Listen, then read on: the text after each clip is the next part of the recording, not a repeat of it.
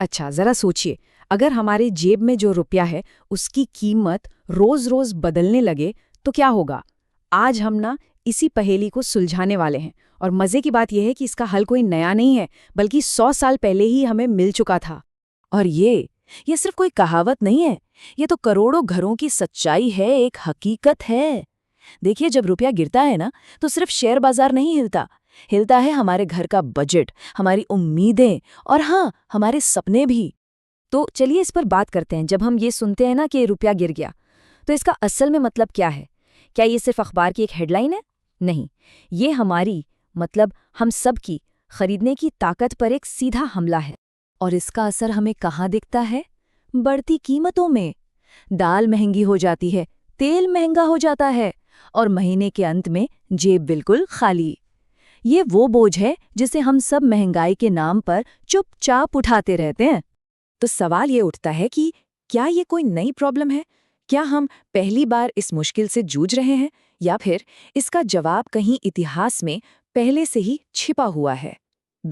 यही सवाल हमें एक ऐसी किताब तक ले जाता है जिसने सच में भारत की तकदीर बदल दी थी। शायद यकीन करना थोड़ा मुश्किल लगे, लेकिन आज की जो ये इतनी बड़ी इकोनॉमिक प्रॉब्लम है ना, इसका सल्यूशन 100 साल पहले ही एक बहुत दूर की सोचने वाले इंसान ने लिख दिया था। और वो सिर्फ एक किताब नहीं थी, वो एक चेतावनी थी। जी हाँ, ये किताब एक आईने की तरह थी। Doctor B.R. अम्बेडकर ने इसमें बिल्कुल साफ साफ लिखा था कि किसी भी पैसे की कीमत, मतलब उसकी वैल्यू, उस कागज के टुकड़े में नहीं होती। बिल्कुल नहीं। उसकी असली कीमत होती है देश को चलाने वाली पॉलिसीज में, वहाँ के सिस्टम में। और सुनिए, ये सिर्फ किताबी बातें नहीं थीं। ऐसा नहीं कि बस लिख दिया हो गया। उन्हीं के आइडियाज़ पर, उन्हीं के विचारों पर भारत के सबसे बड़े बैंक यानी रिजर्व बैंक ऑफ इंडिया की नींव रखी गई। जरा सोचिए तो, एक किताब और उसने देश की पूरी इकोनॉमिक डायरेक्शन ही बदल दी। और उन्होंने एक और बहुत बड़ी चेतावनी दी थी। उन्होंने कहा कि जब भी करेंसी स्टेबल नहीं होती, मतलब जब भी पैसे की कीमत ऊपर नीचे होती है, तो इसका सबसे पहला और सबसे गहरा जख्म समाज के सबसे गरीब इंसान को लगता है। क्योंकि महंगाई वो आग है जो अमीरों की सेविंग्स को नहीं, बल्कि गरीबों की रोटी को जलाती है। लेकिन रुकिए, ये कहानी सिर्फ भारत की नहीं है। आज की दुनिया में देशों के बीच की जो जंग है ना, वो सिर्फ सरहदों पर नहीं लड़ी जा रही। नहीं, एक नया बैटलफील्ड है, एक नया युद्ध क्षेत्र, और वो है करेंसी का, मुद्रा का। आज के ज़माने में किसी देश की ताकत सिर्फ उसकी मिसाइलों से नहीं नापी जाती, बल्कि उसकी करेंसी कितनी मजबूत है, इससे तय होती है। डॉलर हो, युआन हो या यूरो, ये सिर्फ पैसा नहीं है, ये ग्लोबल पावर के हथियार हैं, दुनिया पर अपना दबदबा बनाने के हथियार। तो इसको ऐसे समझिए, एक तरफ है अमेरिकी डॉलर, जो एक विशाल जहाज की तरह पूरी दुनिया के समंदर पर राज कर रहा है, और दूसरी तरफ है हमारा रुपया, जो अपनी जगह बनाने के लिए अभी भी लहरों से जूझ रहा है। ये एक तस्वीर ही इस पूरी लड़ाई को समझाने के लिए काफी है। तो फिर असली सवाल ये नहीं है कि डॉलर इतना मजबूत क्यों है। असली सवाल तो ये है कि रुपया अपने दम पर कब खड़ा होगा। हम खुद को मजबूत बनाने के लिए क्या कर रहे हैं? और सबसे मजेदार बात पता है क्या है? इसका जवाब भी हमें डॉक्टर अंबेडकर के विचारों में ही मिलता है। देखिए, डॉक्टर अंबेडकर की यही खास बात थी। वो सिर्फ प्रॉब्लम बताकर नहीं रुक गए, उन्होंने हमें इससे बाहर निकलने का एक बिल्कुल साफ सुथरा रोड मैप भी दिया।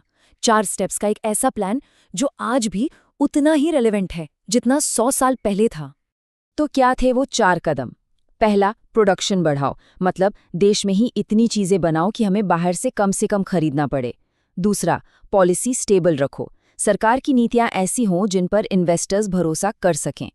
तीसरा, सेंट्रल बैंक को इंडिपेंडेंट रखो, उसे राजनीतिक दबाव से आज़ाद रखो ताकि वो देश के हित में सही फैसले ले सके।